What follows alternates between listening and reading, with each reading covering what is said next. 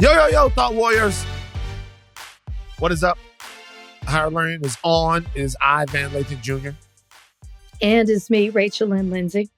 Luscious Black is in the house. It's starting to grow on me. Not gonna lie. Big Rach, we already know where that resonates with the folks, but it already has grown on everyone. Everyone is into the new crazes in the higher learning world. They are. Luscious Black is a distant second to the latest craze, the latest name that's sweeping the fandom, which I told you guys it would.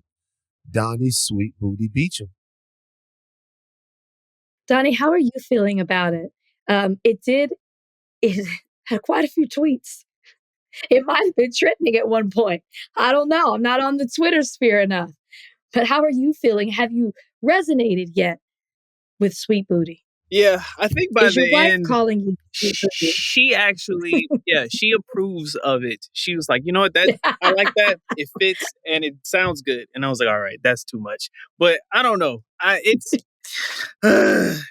coming along on me. The alliteration, I feel like it's hard to deny. But damn, y'all were blowing up my mentions with this Sweet Booty business, and it grew on me, to be honest. You're right about the last name, because Beacham is such a good name. Thank you. And Sweet Booty would be nothing without the Beacham. I appreciate it. My dad and my granddad, my forebears, they appreciate it too. I'm sure they wouldn't appreciate the name. I'll tell you right now, man. Like, it's not even like up for conversation what a hit the Sweet Booty is. Okay?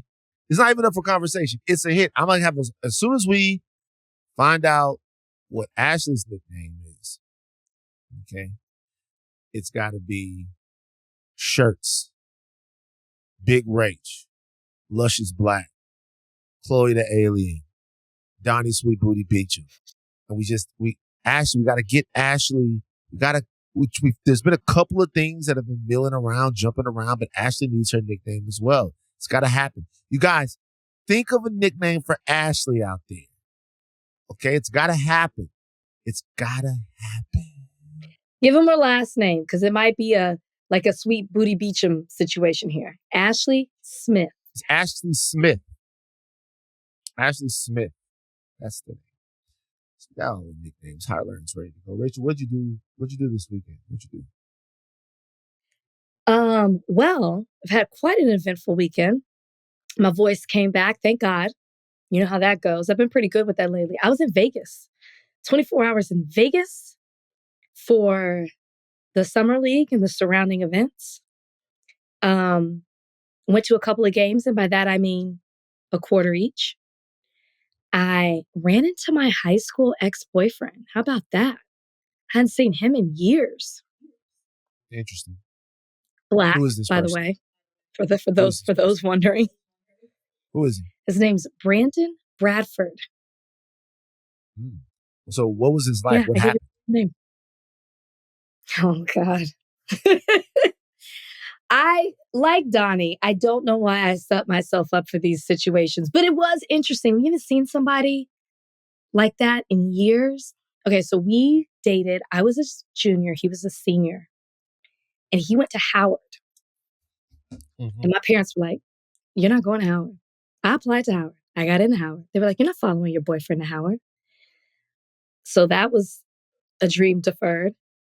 And then I ended up going to UT, but we broke up the summer before because he felt like I should go into college single. He's like, I don't want you to go into college having a boyfriend. I think you should get the full experience. I agreed.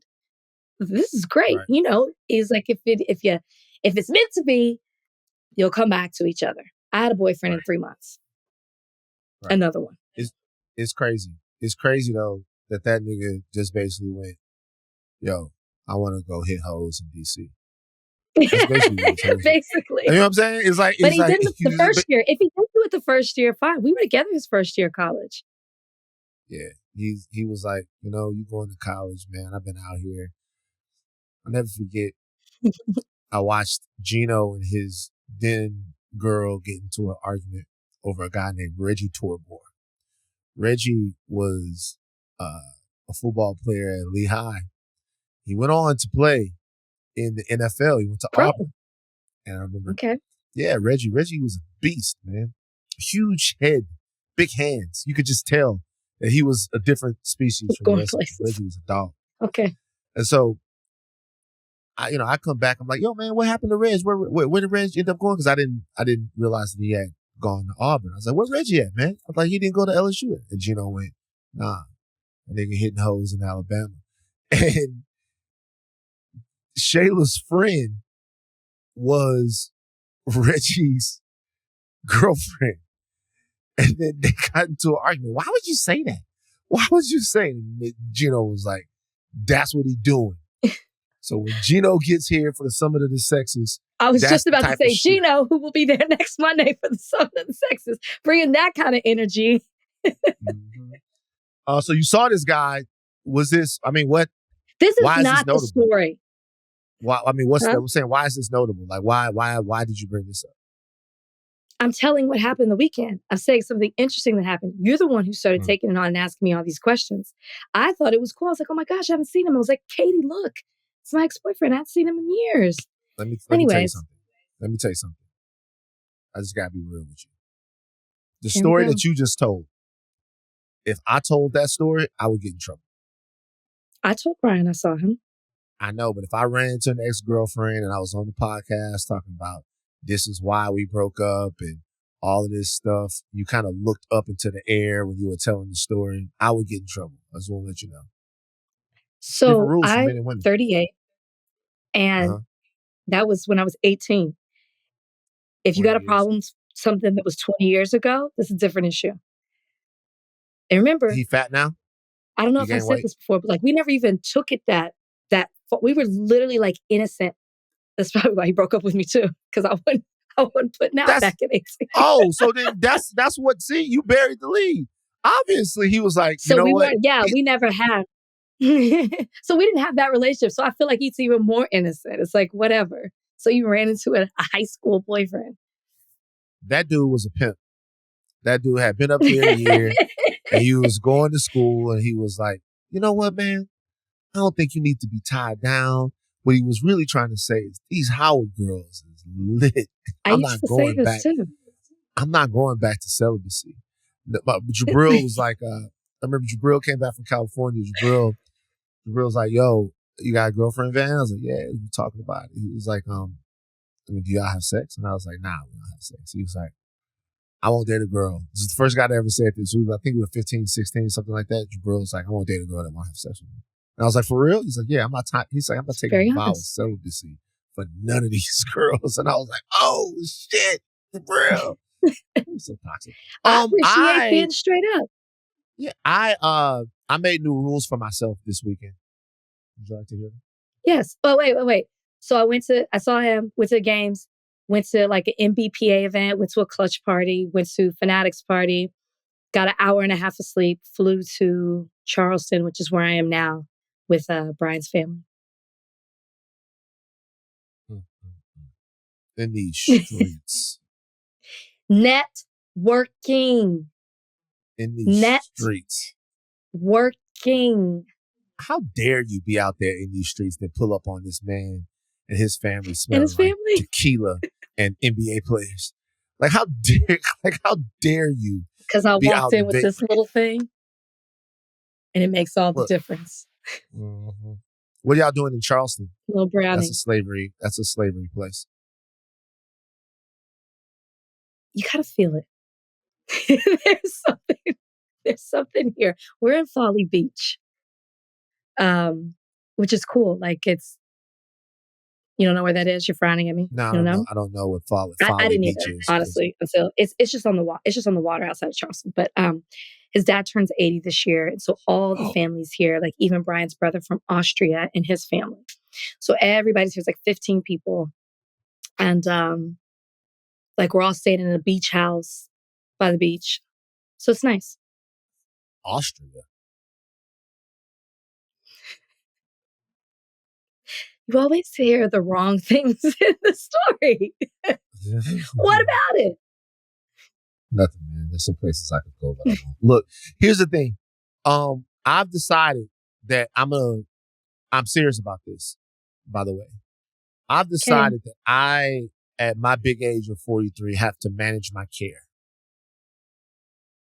Like self-care? No. To manage the things I care about. I care about too many things. Okay. I try to care about too many things. Okay. I've decided that I only care about 3 things. Let's hear them. These are the things that I care about. Number 1, Black people. Okay. Great. I care about Black people. That's the first thing that I care about. Okay. Number 2, animals. Animals, specifically dogs. I'm obsessed with dogs. Oh my gosh, mountain lion. That falls under animals, but let's be honest. I know, but I'm just saying, you said specifically dogs. Here's the deal. That falls under animals, but here's the thing about mountain lion. Mountain lion is gonna kill sometimes, you know? So you can't always, you go to bat for mountain lion as much as you can. But Donnie, give me the sound. You go to bat for mountain lion as much as you can, but mountain lion is going to kill a couple of people and some dogs. Mountain lion does what it has to do. Dog, where there's one breed of dog that we won't talk about that drags a toddler every couple of years. Other than that, you know, you got the dog want to have a fun time with you, want to love you, and we got to take care of dogs. Okay, so dogs. Number 3, the environment. That's the list. Okay. Everything other than that, I'm just concerned with. Those are 3 things that I care about. Everything else, I'm concerned. Can't say that I care. Concerned is a care, but those are such general topics that I feel like a lot falls within that, right? You say Black people. Okay, that's Black family. That's Black friends. That is how politics affects Black people, current affairs, police brutality. And like that, it's a lot. That's still a lot that you're You are right. right. I know you narrowed down the list, but that's a lot. You didn't say, though. What? You didn't say MCU. You didn't say. Oh, no. See, but here's the thing, though. Here's the thing. Like, all of that stuff, those are hobbies. Those are things that I do for fun. Okay. Like, I'm not going to go to an MCU march. You know, it's not going to be MCU legislation. You know, I'm not going to, those are all those things. I mean, because look, if we started doing hobbies, I got more hobbies than any nigga. I got the most hobbies of anyone. You can't name a nigga with more hobbies than me. I'm Mr. Hobby. Wouldn't try. Okay? I got pool. I got basketball. I got boxing. I got Madden. I got MCU movie shit. I got motherfucking shooting guns. You know what I'm saying? I got so many different things that I'm into hobby-wise. I got distance running. You feel what I'm saying? I got hobbies, man. You do that? Yeah, I run. I got different types of hobbies. See? That was weight related. Weight related. No, it wasn't. I knew you walked. I didn't know you do distance running. You looked at me and you were like, I wonder if he runs like the Michelin Man, where he just gets on his side and rolls down the side. Stop doing that. Stop doing that. I wondered, because you didn't have to. You run? I'm a boxer. Of course I run. I started running for boxing, then I got into running. No. And you tried to play me. I did not know that. But excuse me? Quarterbacking, trying to learn how to be a good quarterback. See, that might be the problem right there. What? That might be the problem right there. You got too many things. They might be hobbies. You can classify them whatever way you want. But the fact that trying to quarterback is one of them out of all those things that you name, what's the purpose of that? What do you mean, what's the purpose? What's the purpose of trying to quarterback? Well, I mean, look. For because so here's the deal. Can I answer? I'll answer if you allow me to, badgering the witness, Rachel Lindsay. I like to throw the football around. But my problem is I don't like to be bad at things. So if I'm throwing the football around and then I see somebody else whipping the football, I'm like, well, how can I be better at tossing the pigskin around? And so then I said, I'm going to hire a quarterback coach.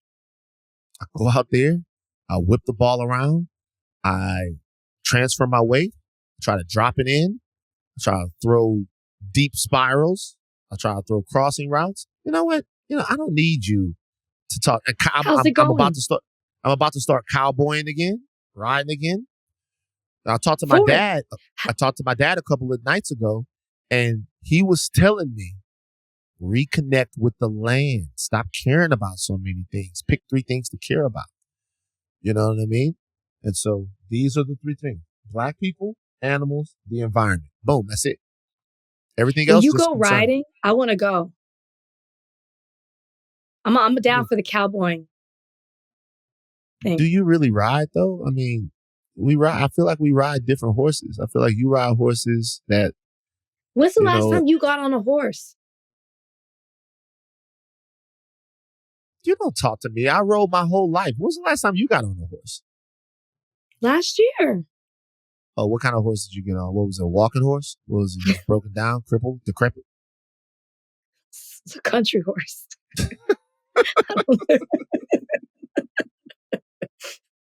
All right, we gotta get into it. So, but I can I just say I love that you're doing those 3 things that you're passionate about. 3 things that you're passionate about. I think that's great. Be good for you. I encourage everyone to whittle down the number of things that you care about. Because I think people are telling us that we have to care about every single thing with all of our gusto, or we're not good people. I think we're getting burnt out on care. I agree. I'm serious. This is like unnatural. The things that are going on in your community, where you're from, that affect your life and the lives of people that are your life and the lives of people that are around you. Those are the things you have to care and put your energy into. And a lot of people are telling you to care about things so that it distracts you away from the things that you should be caring about. And there's a weaponization of care that happens too.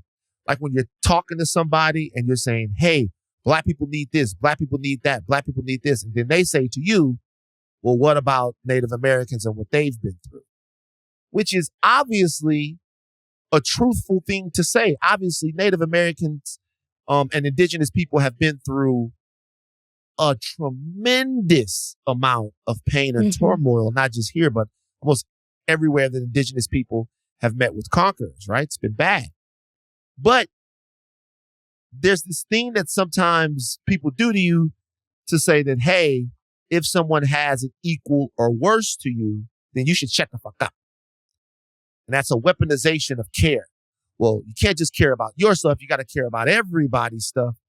And I actually disagree. You know, I think that you have to be concerned about everything and be willing to help if you can. But we're just in a situation now where the care has got to be focused. That's all I'm saying.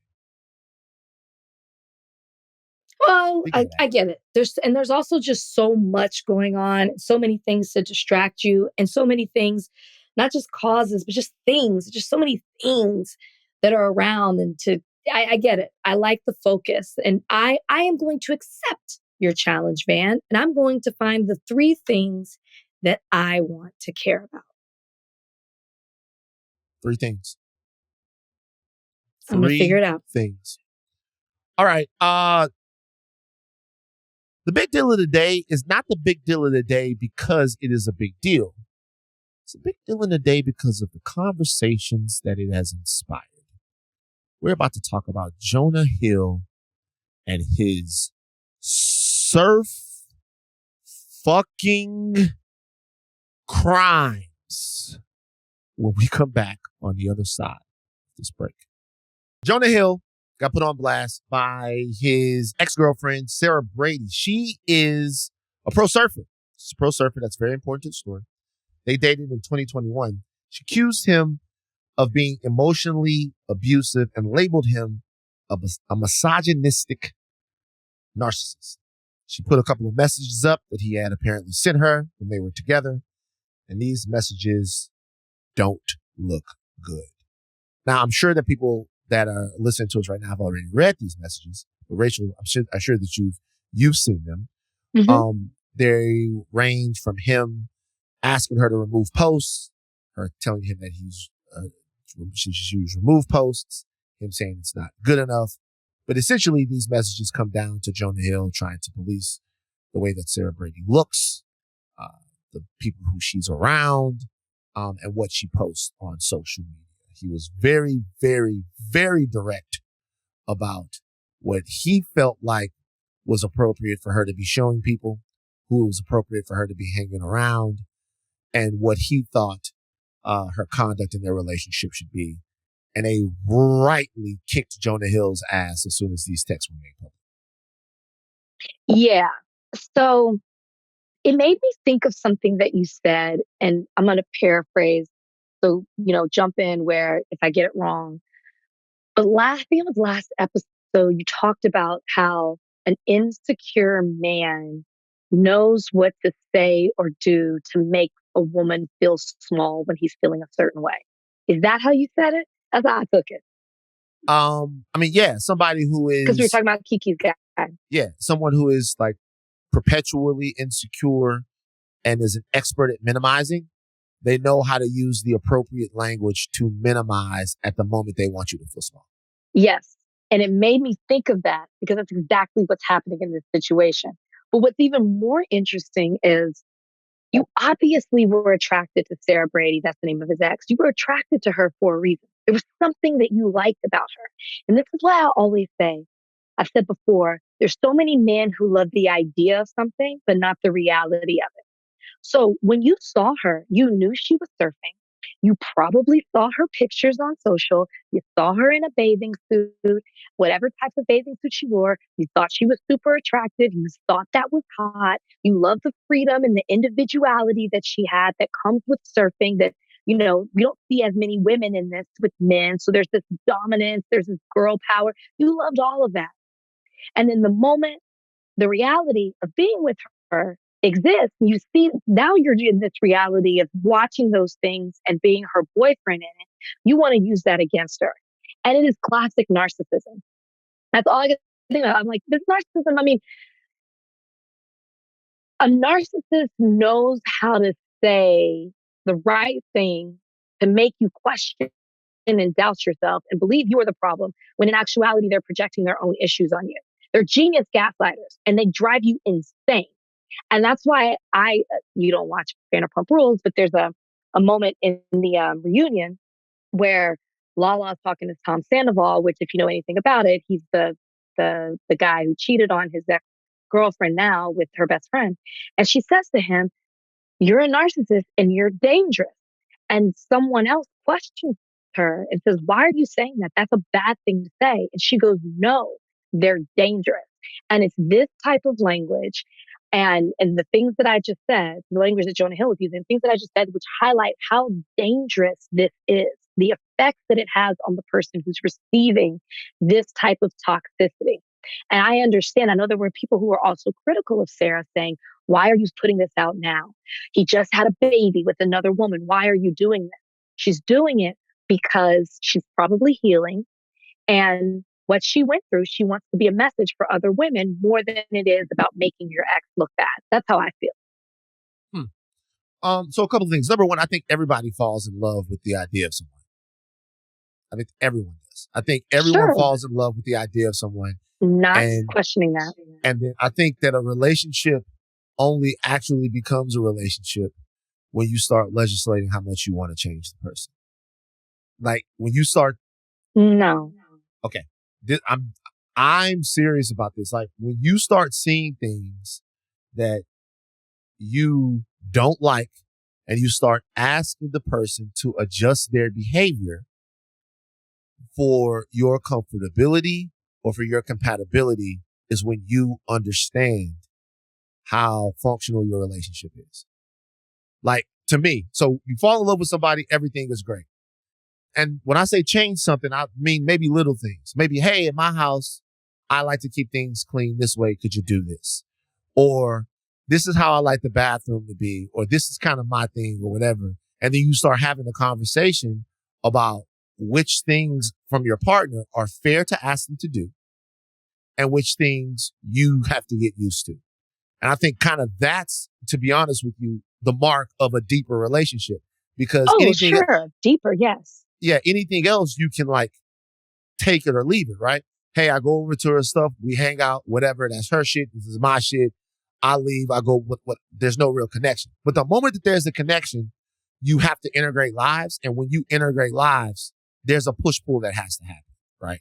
I think in a general sense, that's not, I guess, what I mean about the reality of it in a sense. It's not just the simple of, hey, I can't stand that you're messy and I'm a clean person. Hey, I don't like the way that, I don't know, you get up you like to sleep with the air on cold and I like it hot. It's not like that. It's more of who the person is to their core as their being, which I mean about the reality is what I guess I'm saying, which is what's happening in this situation with Sarah and Jonah Hill. Well, I think some of the things that I pointed out can be surface level, but some of them might not be, right? You might like the idea that your mate is super friendly and cool with everybody until you're at a place and you feel like you need a little bit more attention. Like, I mean, like that happens to me in every relationship. That happens in every relationship to where like there is a situation to where there is I didn't know that I did something wrong.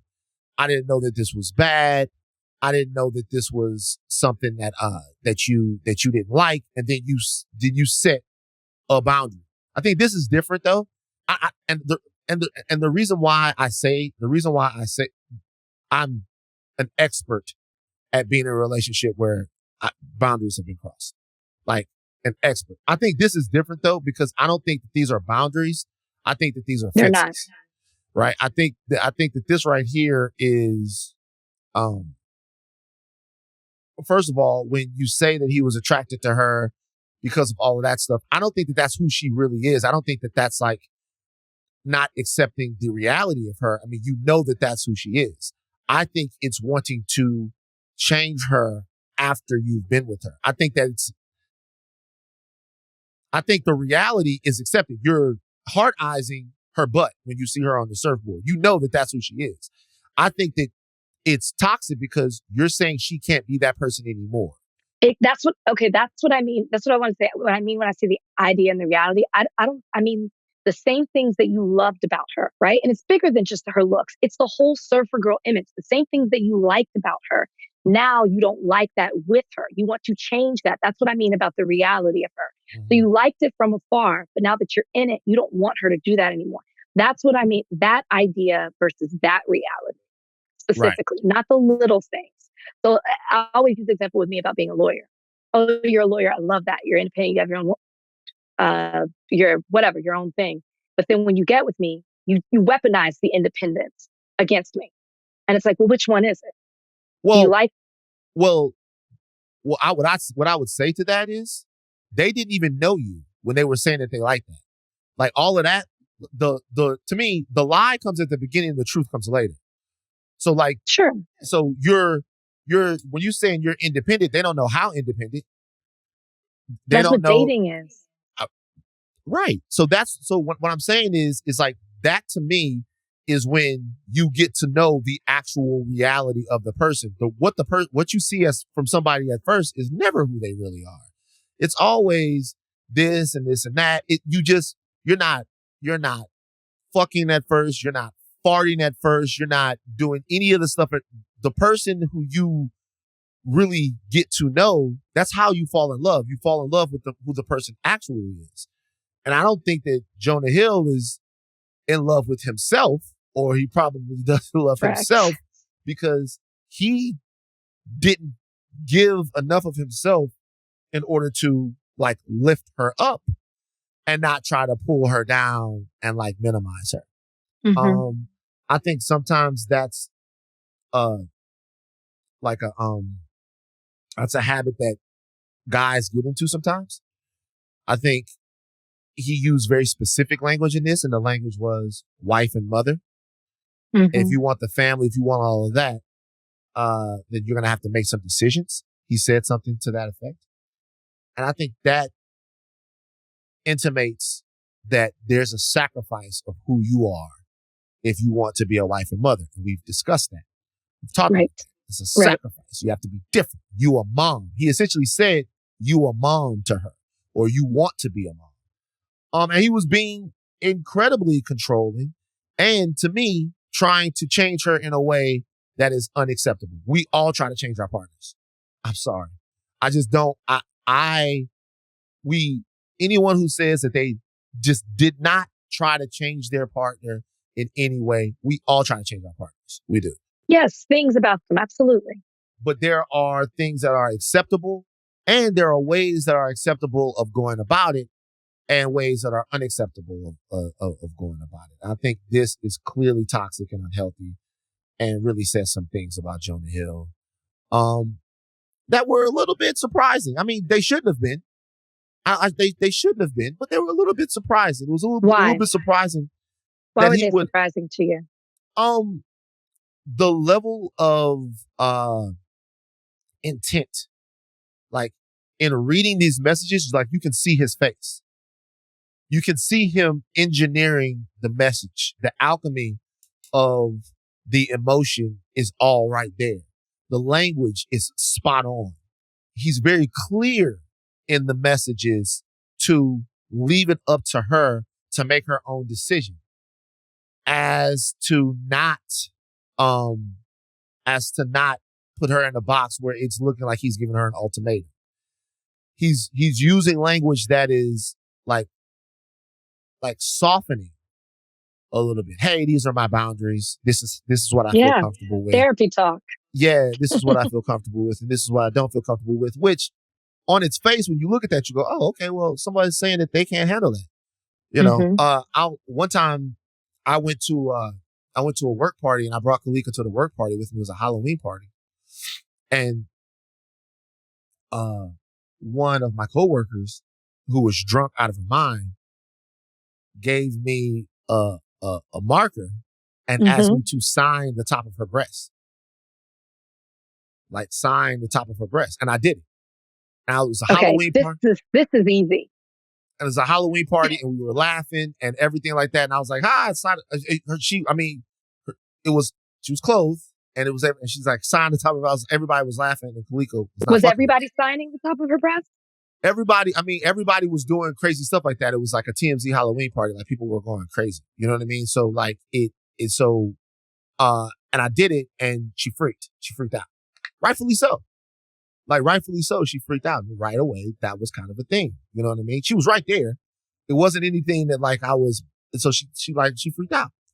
I'm like, oh, okay. Well, and that after a while, that was something that was like replayed and brought up, and that was, hey, don't do that. That's too much for me. Blah, blah, blah, blah. That's fine. You know, I wouldn't have seen that. This was somebody that I would have never in a million years. It wasn't even like a chance. You know what I'm saying? But like that was a thing. But for him, it seemed like he wasn't putting up boundaries around himself. He was putting up boundaries around her. And he was trying to fundamentally change who she is.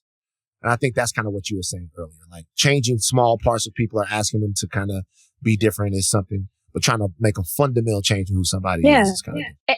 And the intention behind it, right? You're asking her to do it because you feel a certain way about yourself. You're projecting that. Rather than saying, hey, when you do this, this is how it makes me feel. He was dictating to her exactly how her behavior should be to comfort his own insecurities or feelings. And that's the problem. And I love what you said about on its face, it doesn't look that bad. But when you really think about it and read what he is saying to her, it's toxic, and it happens all the time. I literally had my ex, not Brandon, said that to me before I went on The Bachelor. What did he Sent say? me a message very much like that. I think I still had it saved. But the issue in our relationship is that it wasn't going anywhere, right? 5 years together, it wasn't going anywhere. There was no like, let's move to the same city. Let's move to the same, like, let's blend our lives. And false on both parts, right? That's not just him. Me too. I wasn't willing to make the sacrifice. And among other issues. But when I said I was going, we like had like started it up again right before The Bachelor, and then but also knew it was never going anywhere. When I told him that I was going, he sent me a message like that. Oh, you were never serious about marriage, about kids. Wait a minute. You were in a relationship with someone and you were going on The Bachelor? No. I said we started talking again. This was like May. I went on The Bachelor in September. So like we had started talking again. I was like, oh, if like he really wants to start it up, I would not go on the show. That's what I said to myself. So if he had given me just a little enough, I never would have changed the entire trajectory of my life. Like I was like, so didn't want to start over. I was like, okay, if we make our way back to each other, I'm not going to do the show.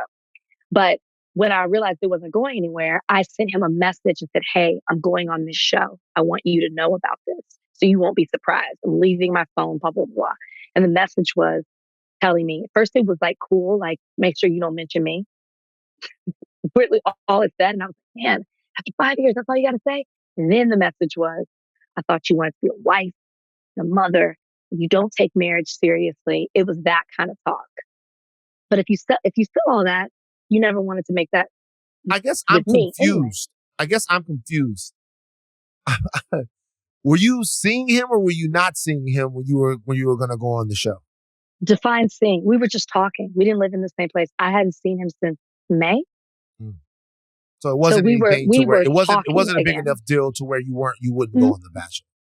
Well, because of our history, if he had said to me, I don't want you to go because I want to be with you, I wouldn't have gone on the show.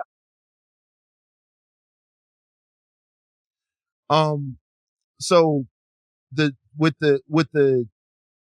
you look at the message that Jonah sent, it's like, it's about pictures. And then people keep bringing up the pictures, right? Wait, which pictures? Hers? Her pictures, right? Surfing with men, all of that stuff to model. So look at the things that Jonah said he didn't want her to do. He didn't want her surfing with men, boundaryless, inappropriate friendships with men, which in and of itself is kind of like a weird thing because it seems like her definitions of what appropriate friendships with men are and his definitions are two different things, which tells me his definition is probably a little draconian. To post pictures of yourself in the bathing suit, to post sexual pictures, friendships with women who are in unstable places, and from your wild recent past beyond getting a lunch or coffee or something respectful. So this is what single friends, no party friends. So I'm saying, and look, I know that there's a knee jerk for fellas, right, who have boundaries placed on them all the time. If I'm being real, I remember the Patrick Dempsey situation. When I was at TMZ. Patrick Dempsey used to race cars too much. He would race cars too much. Yeah. And his wife basically said, we're going to get a divorce. You're racing too many cars. Okay, you're racing cars a lot.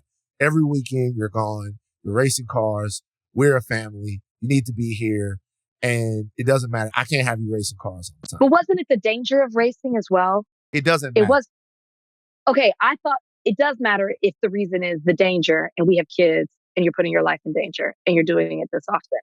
Okay. But I think if you're leaving that out, it makes a difference. But it doesn't matter though. That part really doesn't matter. It doesn't matter how dangerous it is because it really doesn't matter because if he is surfing is dangerous. So it doesn't matter. That part of it doesn't matter. What matters is that she said, hey, don't do this because I want you to be more participatory in the family. I actually think it was maybe less about the danger and more about how gone he was. He was gone a lot to race cars. And I remember I couldn't understand at that point, just being a little bit younger, I couldn't understand that point, like why she was quote unquote trying to control him. I was like, yo, he is providing for the entire family. He is doing this. Can you let this man race cars? And that's how I felt. But the reality is, when I look at it now, like if your partner says, hey, I don't like you racing cars, then you should probably race less cars, right? You should probably race less cars. I would say to guys who are knee jerking in this situation, this is like a lot different, man. This is don't race cars. Don't hang around anybody who races cars. Don't watch car racing. Don't get in a picture with you wearing a car racing uniform and post it on. Fellas, I know that y'all want a knee jerk, but this is OD, man. Like, look, it's like when you look at it, he is essentially saying in this one message that I just read that he doesn't want her to do certain things, and the other things she has to qualify to his level of okayness with him. That's it. So he says, if you're women who are in unstable places, well, that's a Jonah Hill decision. Exactly. Beyond he defines unstable. Beyond getting coffee or lunch, the amount of interaction, that's a Jonah Hill decision. Like, he's taking all of these aspects of her life and like making them his decision and making them have to fit his temperature check. This is too much. It is controlling. That's the word we have not used yet either. This is a level of control. Rather than also this just him projecting his own issues, he is trying to control her. And he's doing it in a toxic way by also using what I said as therapy talk. Like, oh, no, I'm just saying this because this is how I feel and it makes me feel a certain way. And, like this isn't good for my mental health. But no, you just also want to control everything about her. Right. Which tells me that like a Jonah Hill, a guy that's in that situation, that he wouldn't feel comfortable in a relationship, particularly with this woman, unless he could dictate everything that she was doing. And that's going to fuck her up. It's going to eventually snowball to get way worse than what this is. So she had to make a decision to, I guess, not be with him. I mean, look, and thank goodness she did. I also just I also just watched the Armie Hammer documentary, which. Oh, how's that? That nigga Armie wild, bro. That nigga Armie out there, man. Armie was fucking up. When you watch it, you see the level of preparation that he put the women through, the grooming that he put the women through, in order to control them, to get them and to control them. And with his situation, there was actually physical stuff that was going on, and there was at least one woman that directly accused him of violent sexual assault. A lot of the other women talk about the fact that they consented. But for this particular woman, at least one of them said that he violently sexually assaulted her without her consent. So, it's different. I will say this though, to the point about releasing the text messages, she did put out some audio to explain why she did it. Donnie, can you run that audio, please? Part of me waited until after she had given birth, not right after, but a little bit after, so that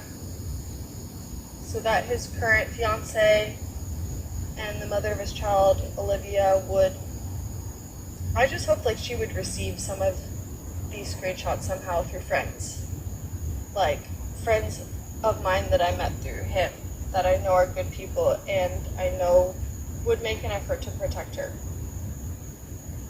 I didn't want her to have to see all of this while she was pregnant, because I didn't know what kind of stress that would cause on her and her baby, physically and everything. And I'm sure the timing can seem bad, oh yeah, I waited until he had a kid, but I waited until she had her baby. So I knew they were physically not impacted by me sharing this shit, and she could be informed and make an informed decision of how she wants to care for herself and her baby, which she birthed and she created. Yes, it's his child, but that is that woman's infant. That's how I see it. Your thoughts on that? I mean, I kind of alluded to it earlier when I was saying it. She did take, she knew Jonah had moved on with someone else and that they were having this baby. And I commend her for that. It sounds like she always knew she was going to release these messages. And so she timed it in a place where she felt like she didn't want to put stress on her body, like she said, while she was going through this pregnancy.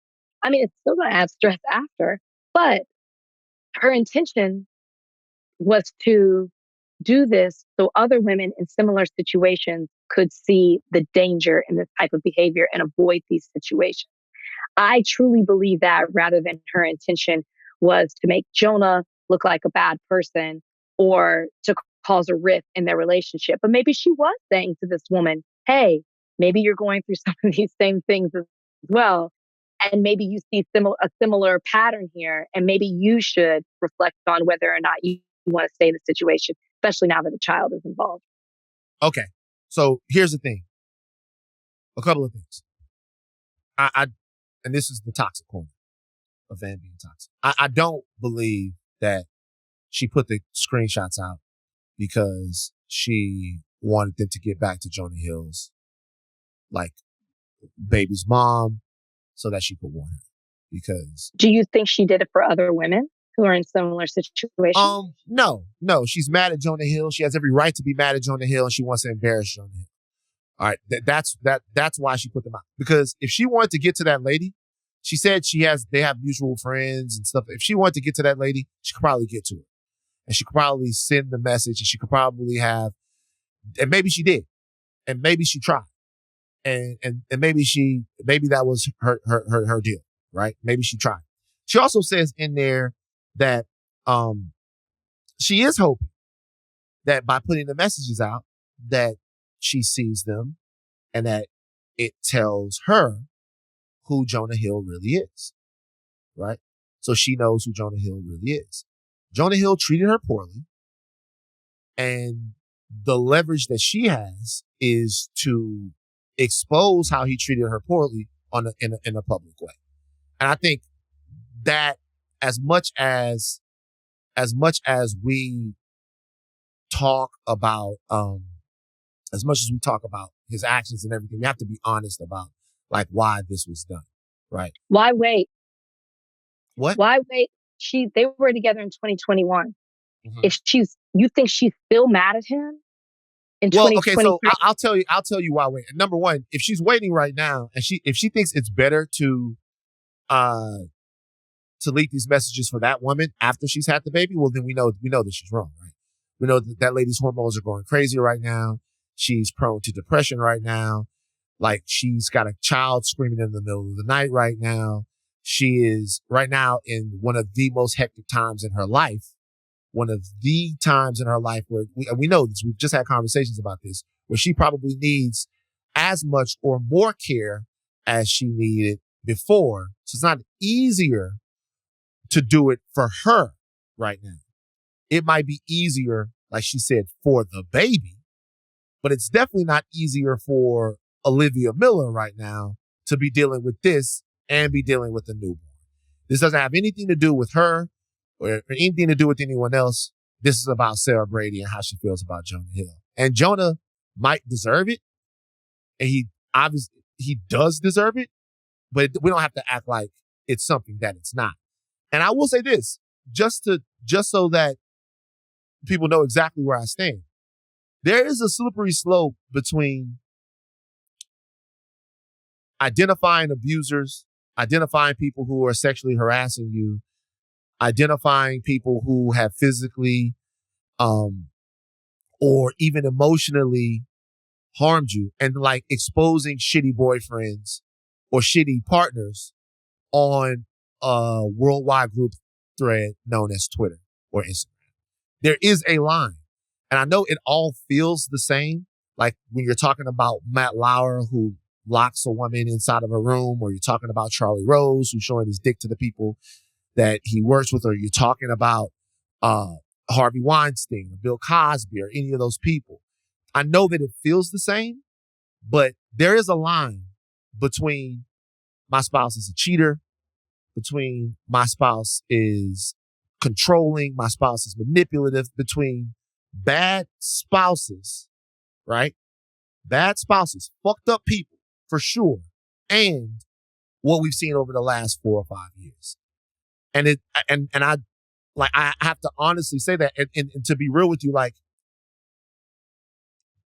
there is a breach of trust in taking somebody's personal messages that they've sent to you, no matter how bad those messages are, and putting them up for the world to see. We talked about a interaction that you had on a plane where this one woman thought that this interaction went one way and you thought that it went another way. And she made a TikTok about it and went up there and told everyone how she thought you treated her. It wasn't a thought. I told you what happened. But that's not how she felt. That's not how she felt. She wanted a moment. So you don't see what I'm saying? That's how she felt. Well, I think I don't. By the way, I'm not saying that Sarah Brady wanted a moment for herself. I'm not saying that she wanted a moment for herself. I'm saying she wanted a moment for Jonah Hill. I mean, that woman, unless you're saying that, I mean, that's how she felt. And by the way, it's happened to me. It's happened. I won't say she wanted a moment. I'm not. I can't compare what the airline situation to what Sarah Brady is saying happened to her. It's not the same.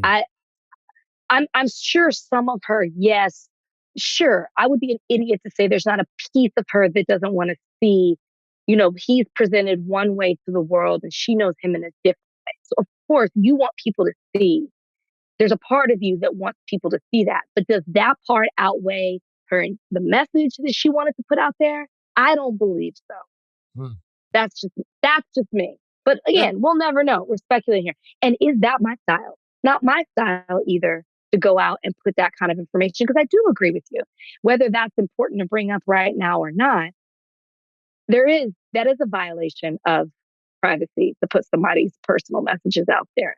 I'm not going to say it's not. The only reason why I would say it's important to bring up is certainly it's important to bring up because, I mean, certain things are more important than violations, right? It's more important to, if you feel like you're in a place where holding something is toxic, maybe letting that out is more important than violating somebody's trust.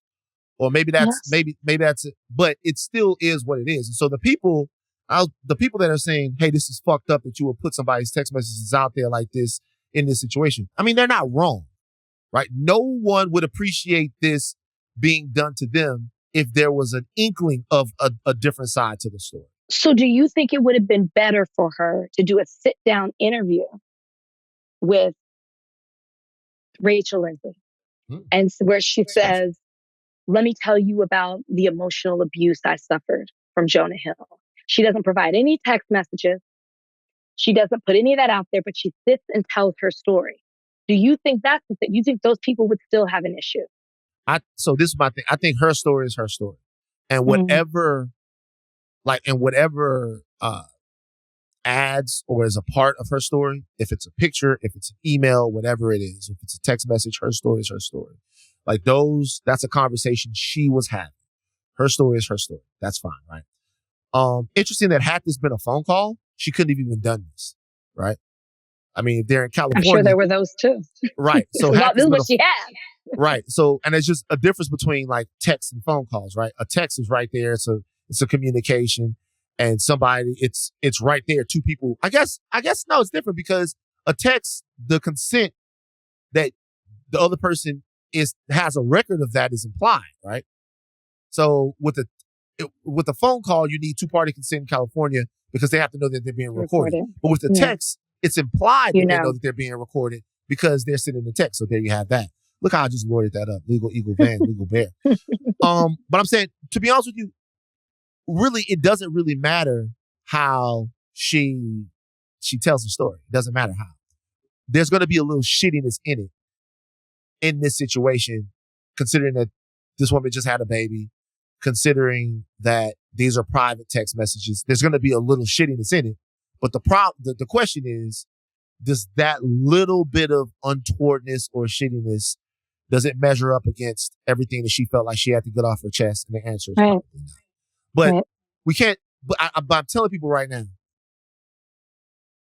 just having a situation to where somebody can just go take private communication and stuff that you never meant for anyone else to see and put it out there so that you can be publicly shamed in a very public way. It's just, that means every conversation you ever have with anyone ever is to be held to public scrutiny. Every single one. All right. Tough stuff. It is tough. It is. Tough stuff. All right.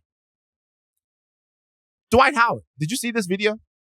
Yeah, I did. So Dwight Howard is coaching his son David. It's an intense exercise bike workout session. You know, Dwight Howard, one of the NBA's all-time great centers. And I know people don't like that, but that's a fact. He has a young son, not super young. It's like 9, 10, something like that. With Melissa Rios, who unfortunately passed away in 2020. They were going through an exercise bike routine, and it got kind of intense. Donnie, give me the audio. Come on. I can't. Come on. I Come can't. on. Come on. I can't Yes, do you it. can. Yes, No, you I can't. I Yes, can't. you can. Come on. What do you want me to do? Don't worry about that. I want you to do it till I tell you to stop. What? Go, start. Let's go.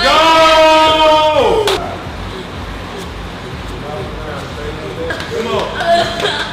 Come on. Pick it up. Pick it up. That's it. That's it. I can't. Let's go. This is too hard. Let's go. It's too hard. Okay. Can't even go hard on the last two. Enough. Good job. What's your thoughts, Rach? Child is going to grow up to hate Dwight and exercising. That's exactly what's going to happen there. Calling it now.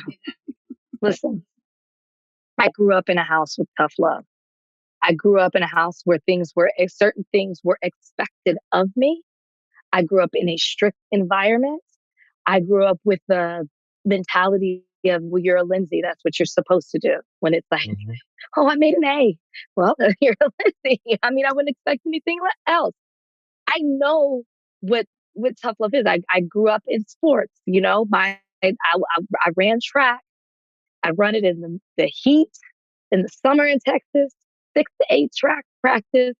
My parents loved it. I actually loved it. I got burnt out, which is my point with the son here. What could also happen with him?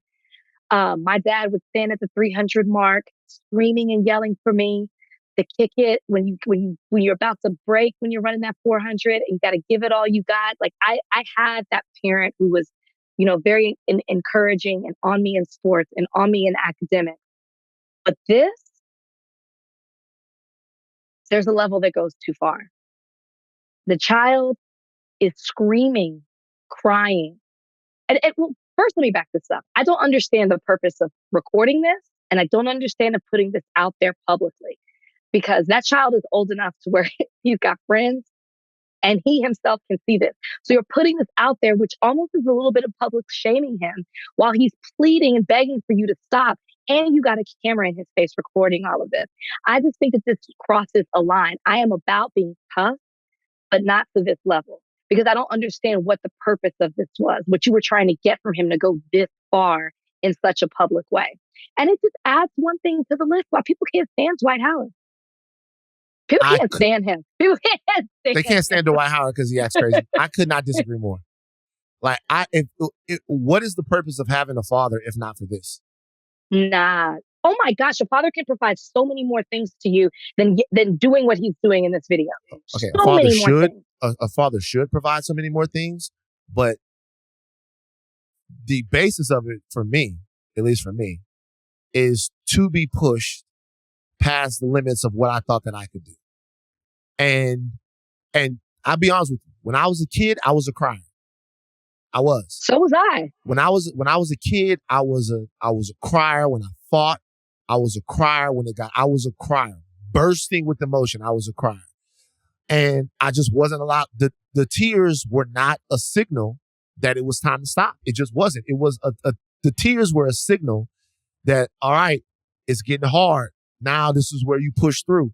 As far as why he would put this on the internet, I mean, that's a question that's a question that we could ask about everything. And I don't get it. I don't get why you put you a mom on the internet. I don't know why when you having these little 3-inch dick moments that we all have with our girls, like when we have these little shriveled up dick moments, I don't know why we want to have them on Instagram and Twitter. I don't know why we want to have them in these moments where we're small, where we know we're going to come back and have to rub feet and make food and do all of that stuff. I don't know why we want everybody else to share in the worst moments that we have, but we do. It's part of it now. Maybe Dwight Howard thought that it was an important message for someone to see a father push their son through the worst parts of an exercise that his son didn't think they could go through. But I can tell you one thing right now is like the kid is saying, I don't want to do it. Dwight Howard isn't physically manipulating the boy. He's not smacking him up. He also isn't questioning the kid's makeup. He's not saying, don't be a girl. He's not saying, don't be a bitch. He's not saying, you a pussy. He's not saying any of that stuff. He's saying, let's go.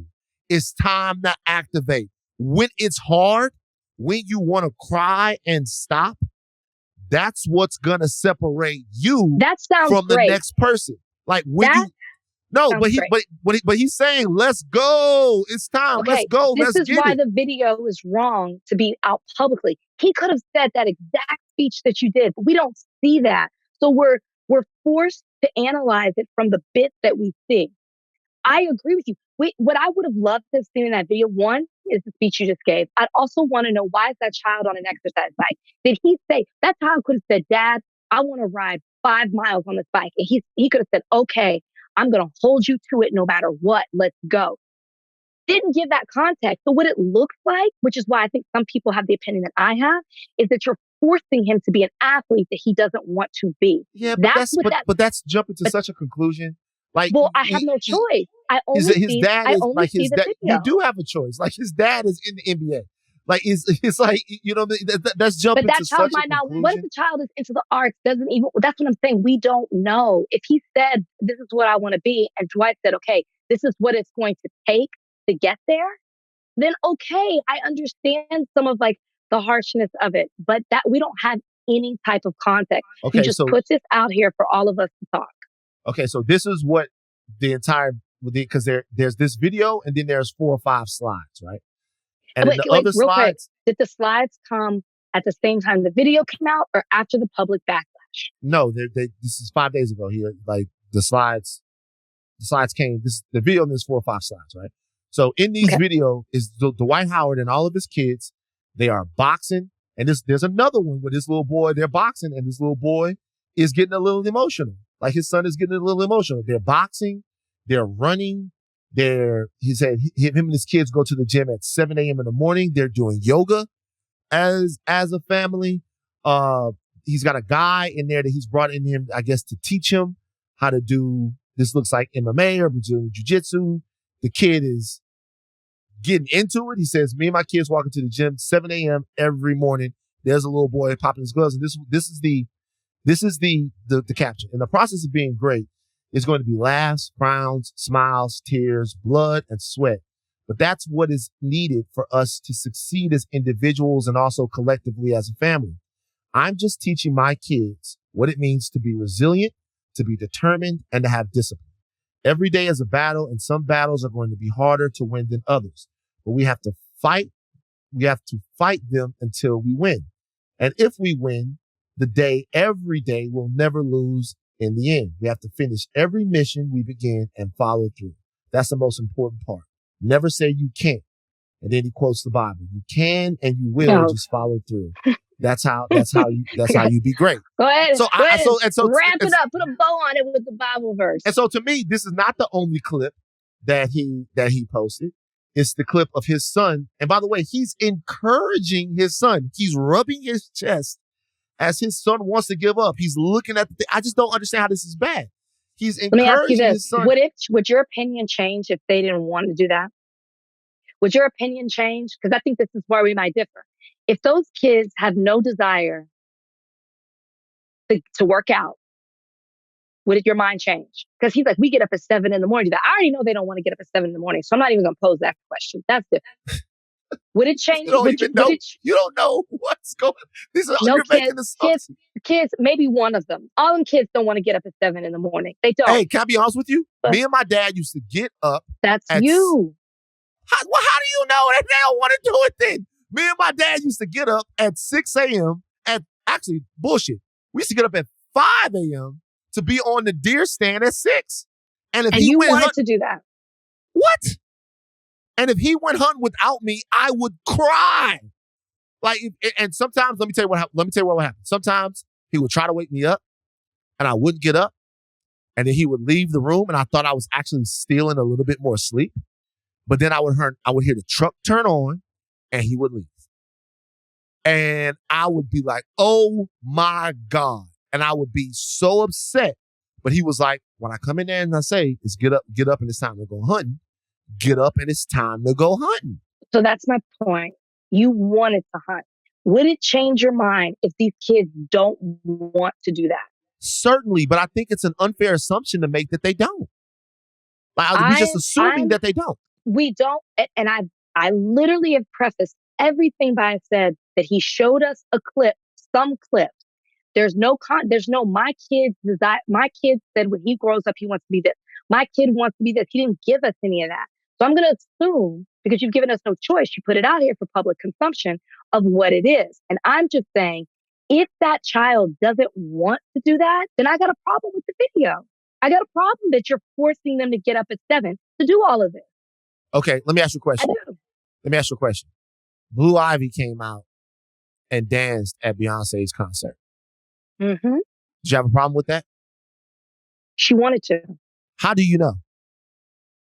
I was talking to some hivers, and they were talking about there were other clips of her standing on the side, like doing the dances and like wanting to do the dances. That don't mean she want to be on the stage. Well, then she doesn't have to. That was the same thing. That wouldn't change. What I'm saying is there's no reason to. I was of the opinion that she wanted to do it. So I'm sure she does. My opinion would not change if she didn't want to. I'm saying but this. if she wanted to, and Beyonce is on her, and she's like, this is how many hours we practice, and this is what you want to do. You want to be a dancer? This is what it takes. I'm for that. Right. So this is what I'll agree to. There is a certain degree of look at my son. I'm putting him through the ringer. Machismo bullshit that goes along with that. There is. Yes, there is a certain degree of it. There, look, my boy is about to break, but I'm showing him, right? However, I can't say that I see anything wrong with the video. It doesn't look abusive. It looks like a father. It looks like a son who wants to stop and a father who wants to show his son that sometimes you got to dig down and pick. And by the way, we're saying father, son, but it wouldn't matter if it was his daughter, if it was it. Sure. Like, push. Sometimes you got to push through. And at the end, his son, with tears in his eyes, he finishes. So do you think that people would have had a different reaction if it was a different athlete than Dwight Howard? And that's the part of it that bothers me. If this was LeBron, I would not. It's father of the year. If y'all don't follow sports, you just have to know the level of distaste that people have for Dwight Howard in the sports industry. NBA players, analysts, commentators, fans. He is universally disliked. He really is. And so so you have to know that coming into this conversation too for our listeners who don't know that about him. There's a guy right now. You ever seen a Baby Gronk kid? The kid, he's Baby Gronk and he's around. No. Have you seen him? Donnie, have you seen Baby Gronk? I have, yeah. And I've seen his dad on a podcast interview. And yeah, it was weird. So with the Baby Gronk situation, his dad is kind of a nobody. Obviously, it's a situation to where the father's living vicariously through the son, feeding him lines to say and all of that stuff. It's whatever. In this situation, I just know I see it differently. I get it because it does look crazy and it's not something I would have posted. But I look at that and I think, sometimes you got to teach these motherfuckers. You got to teach these little motherfuckers. You got to get through it, man. And you know what? Aunt Big Rach will rescue the kids. Y'all want come? Y'all want Aunt Big Rach to come save y'all from Van's house? Not me. Y'all want I some don't ice do that. cream? Y'all Hey, want to I sit? don't do Y'all want to that. sleep in? Bro, I don't do that with my nephews and my nieces. I'm the money giver. And I was like, hey, you want to come over here and chill? But like, if you tell me you want to do something, if you tell me you want to do something. But I agree with that. I said that's missing from the video. I agree. We can agree on that. Right. This is what it's going to take to get you here. Tough one, Rach. Oklahoma judge throws out a suit seeking reparations for the Tulsa race massacre. Okay. Leslie Benningfield, Randall Viola Fletcher, and Hughes Van Ellis, who are now over 100 years old. They sued in 2020 with the hope of getting what they call justice in their lifetime for the unthinkable crime that was the Tulsa race massacre in 1921. This is the last effort for them to receive that justice because Judge Caroline Wall dismissed with prejudice the lawsuit that was attempting to force the city and others to make recompense for the destruction of the once thriving Greenwood district of Tulsa. The lawsuit was brought under Oklahoma's public nuisance law. Are you familiar with the public nuisance law there, Rach? I'm not. So did you look it up? Yeah, I looked it up. So the public nuisance law here in Oklahoma.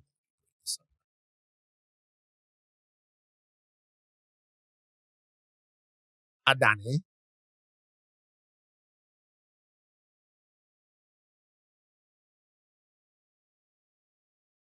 So the public nuisance law says this: a public nuisance is one which affects at the same time an entire community or neighborhood or any considerable number of persons, although the extent of the annoyance or damage inflicted upon the individuals might be unequal. That is an Oklahoma statute right there.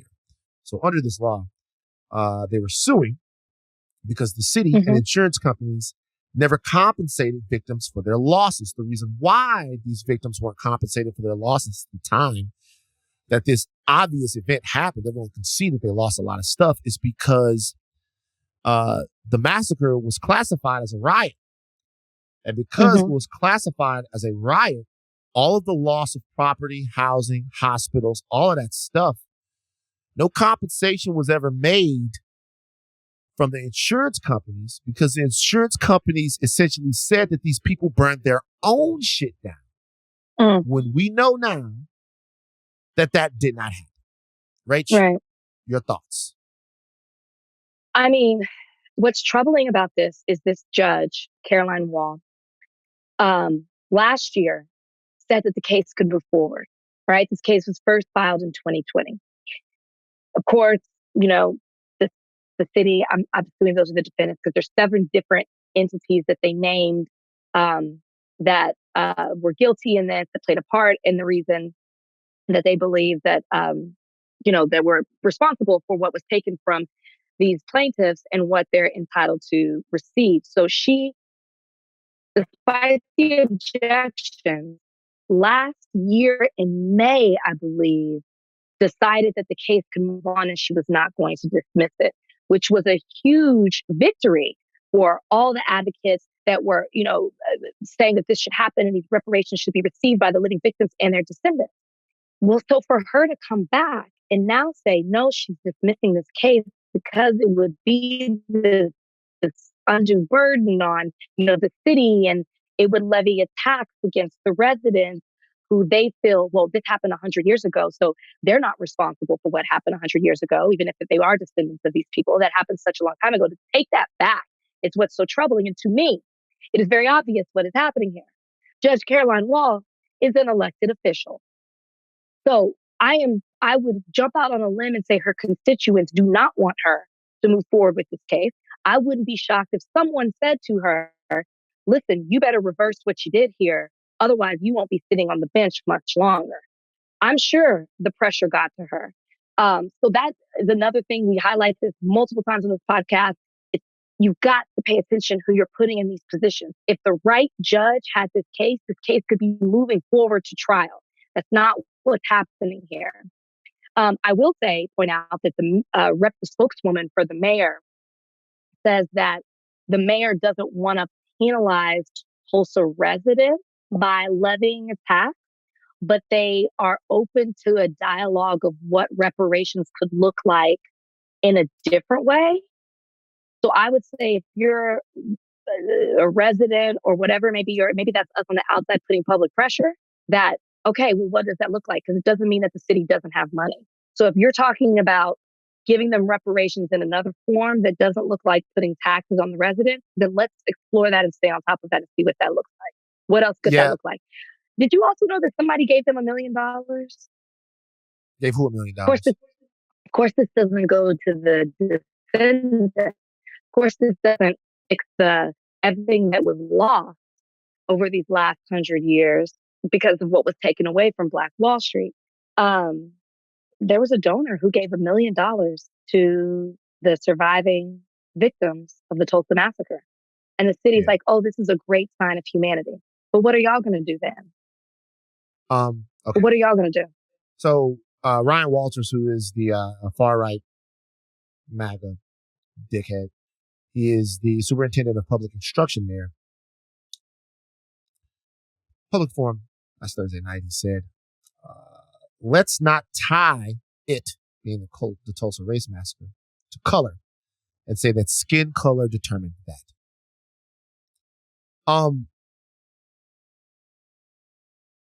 He said, I would never tell a kid that because of your race, because of the color of your skin or your gender or anything like that, that you are less of a person or inherently racist. That doesn't mean you'll judge the actions of individuals, or you can. Absolutely, historically, you should. This was right, this was wrong. Okay. He was appointed by Kevin Stitt, who is the governor there, and this guy's had all kinds of problems. But he's also another elected official. He was elected to that office. And since he's been there, has been trying to shoot down, obviously, anything that can be considered CRT or any type of investigation to the country's past. They're trying to sanitize American history. And we've talked about that before. That's why these things are so intertwined. It's because the vacuum that they want some of this stuff to exist in, that is completely free of any cultural IQ or any real historical analysis, allows them to then turn around and kill these people again. These 3 Black people said that they wanted to see justice in their lifetime.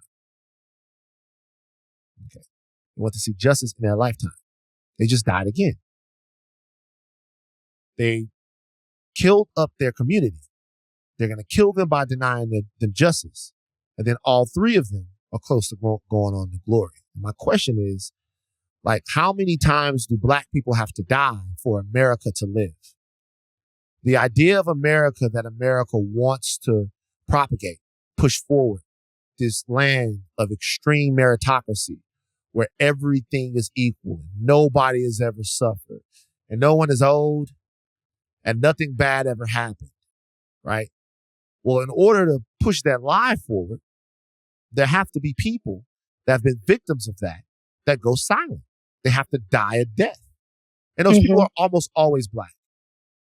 They're almost always Black, the people that we're asking to lie for America, keep the secrets, and sacrifice themselves for the idea of this imaginary utopia that has always sort of been thrust in our face.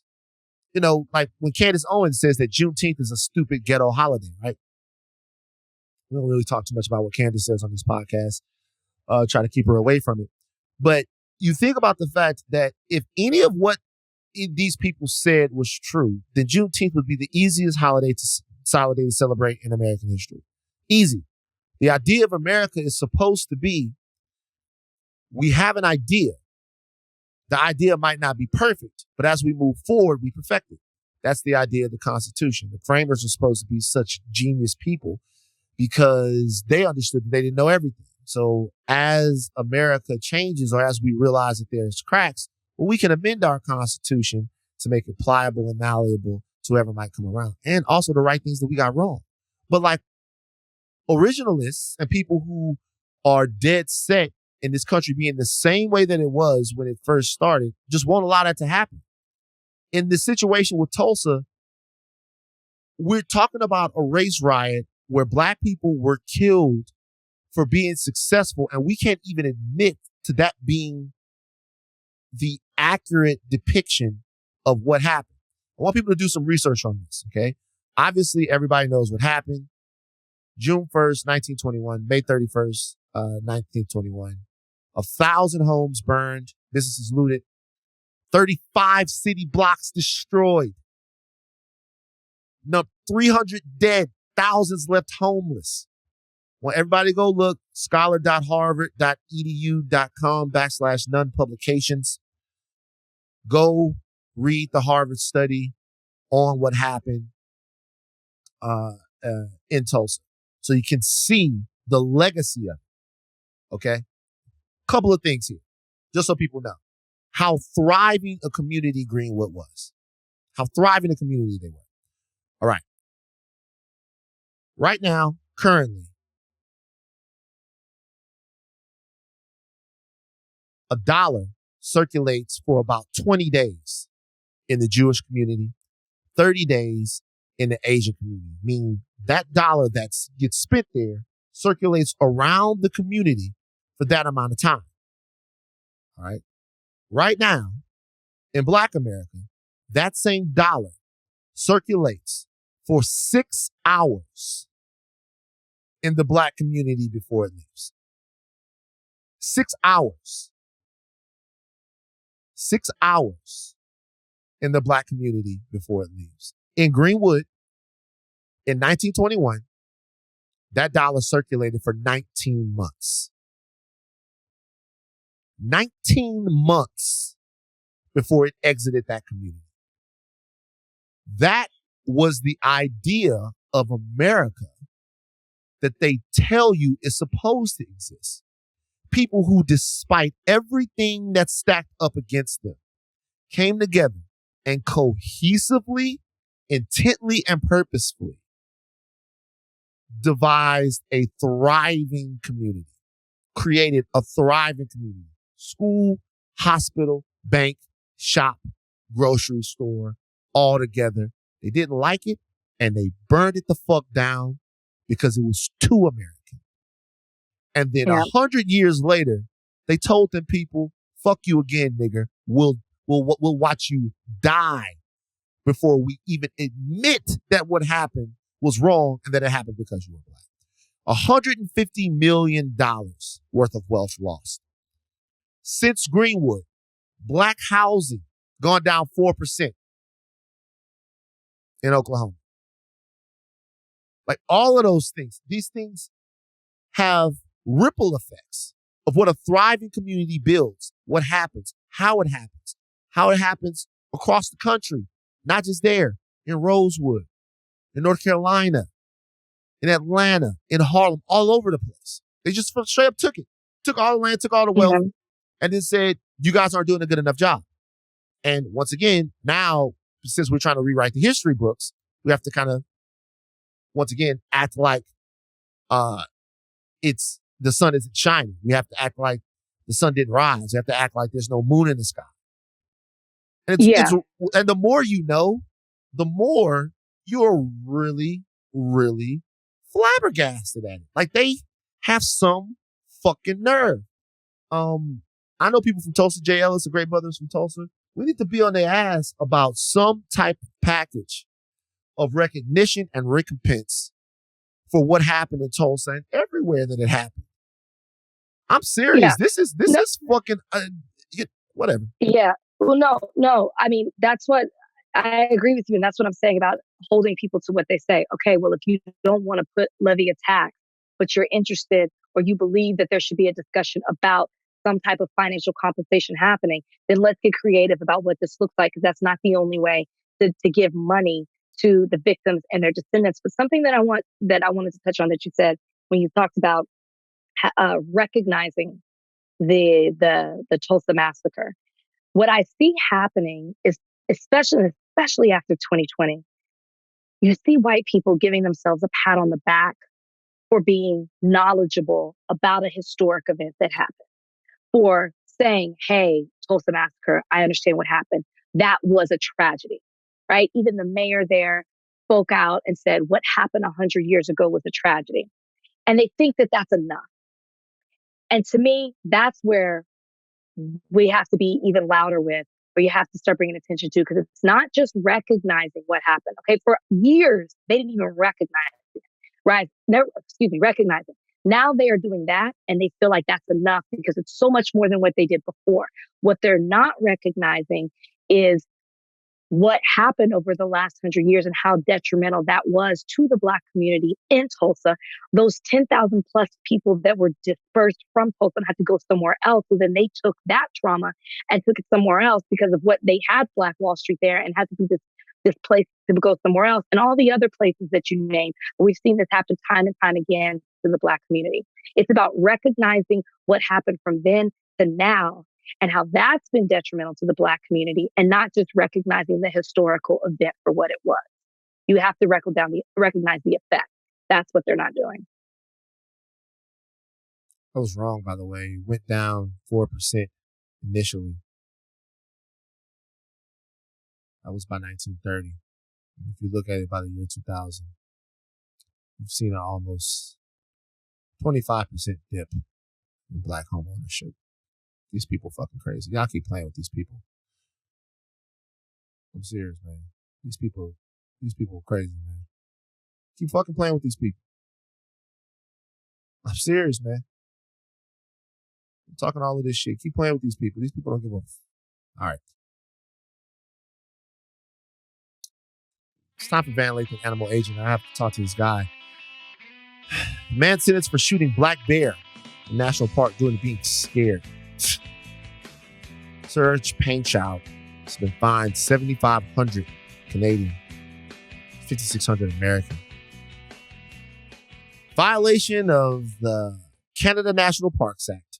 He went hiking, saw a bear 100 feet away across the creek, and he shot the bear. Fired a warning shot into the air. The bear took a few steps in his direction, and he shot and injured the bear. The bear rolled down the creek bank and fled to the forest. The bear later died. Said that would apply to pretty much every single person in your situation. We're all afraid of bears. I'll tell you something right now. You should be fucking ashamed of yourself. Be ashamed of yourself. The bear wasn't charging you, showing teeth, being a bear. You know what? Stay the fuck out of the bear's house. You know, this is what don't go to where the bear lives. Stay out of where the bear lives. Don't go fucking around with the animals. The animals can't even come outside anymore. Don't go fucking around with the animals. Stay in your crib. If you got to kill a bear just for breathing, don't leave.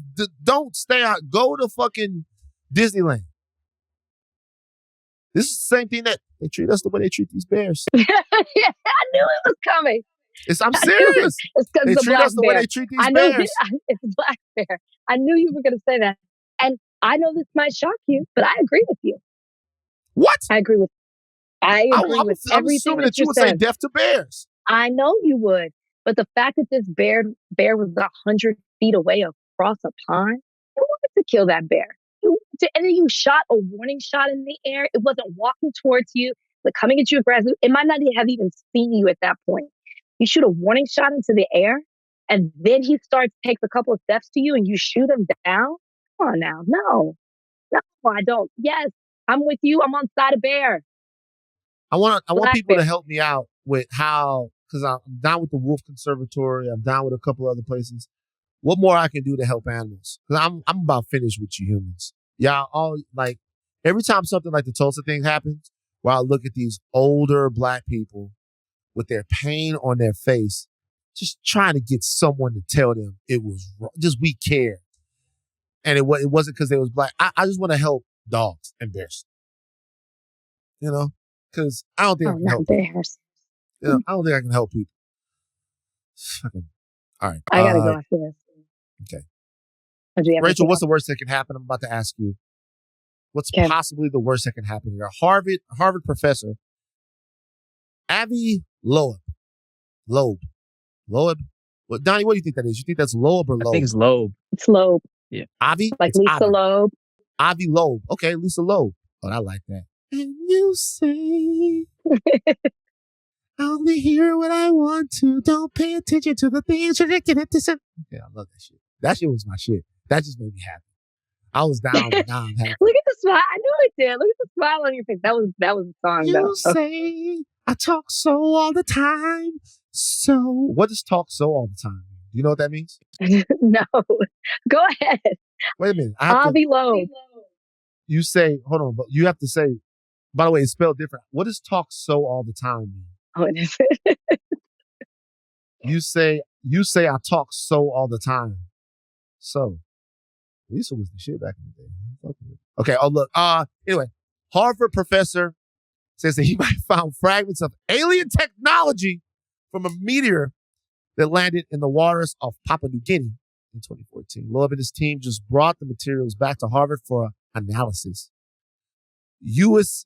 Space Command confirmed with almost near certainty, 99.999%, that the material came from another solar system. We found 10 sphericals. These are almost perfect spheres or metallic marbles. When you look at them through a microscope, they look very distinct from the background. Colors of gold, blue, and brown. Some of them resemble a miniature of the Earth, made of a material that is tougher than all space rock that we've seen before. What? Because it was made of materials tougher than even iron meteorites and moving faster than 95% of all stars in the vicinity of the sun, it is suggested that potentially this stuff could be a spacecraft from another civilization or some type of technological gadget. All right? Rach, what's the worst that can happen? Wait a minute. First off, I can't. I feel like we're such an alien AI craze right now that anything abnormal, we're going to relate to aliens. I don't know how we jump from that. I believe obviously it was a meteor. It didn't come from this world. Doesn't mean it was necessarily an alien. Okay, anyways, that's my thing. And I'm saying this out of fear. Guys, I'm saying this out of fear. What's the worst that could happen? That meteor that crashed grew, like it crashed into the ground and then it like permeated throughout the ground wherever it crashed. And the uprising, what came from the ground were the aliens. Now, we don't know what they look like, but they could be in the form of plants. They could be in the form of some type of animal. They could be some particles that are within the earth. And this scientist that brought this back brought them to America, and now they're living amongst us. Rachel, that's not the worst thing that can happen. That's the Sorry, thing. my mind is not as twisted as yours. No. That's the thing that has happened. That's where we're at. I am certain that the aliens live amongst us. Okay. And the only thing I can say to them is bleak, bloop, bleak, black, blook. Bleakity, blook.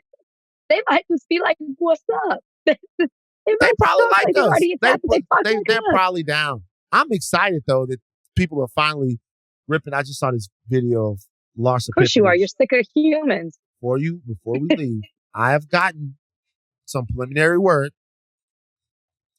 that Larsa Pippen might want to have a word with us here on the podcast. About what? Rachel, what do you think about what? What are you talking about? Let me tell you why I say this. Because she did an interview with Tamron Hall, and she was upset at the hard questions that Tamron asked her. So I don't know why she would want to come on this podcast, because she didn't seem to want to go back and watch it. She was very critical of that interview and felt like Tamron wasn't supporting her in that interview and did not like the line of questions. So to me, to come on this podcast, even though I'm the one who sees no issues with your relationship, Larsa, so please come on.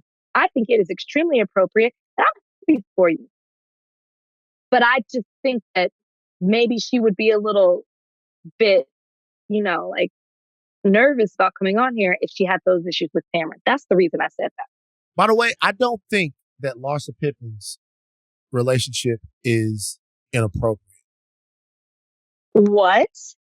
I think it's fucking weird. Okay, I don't think any of that. That's what. And by the way, I don't give a fuck. I think it's weird.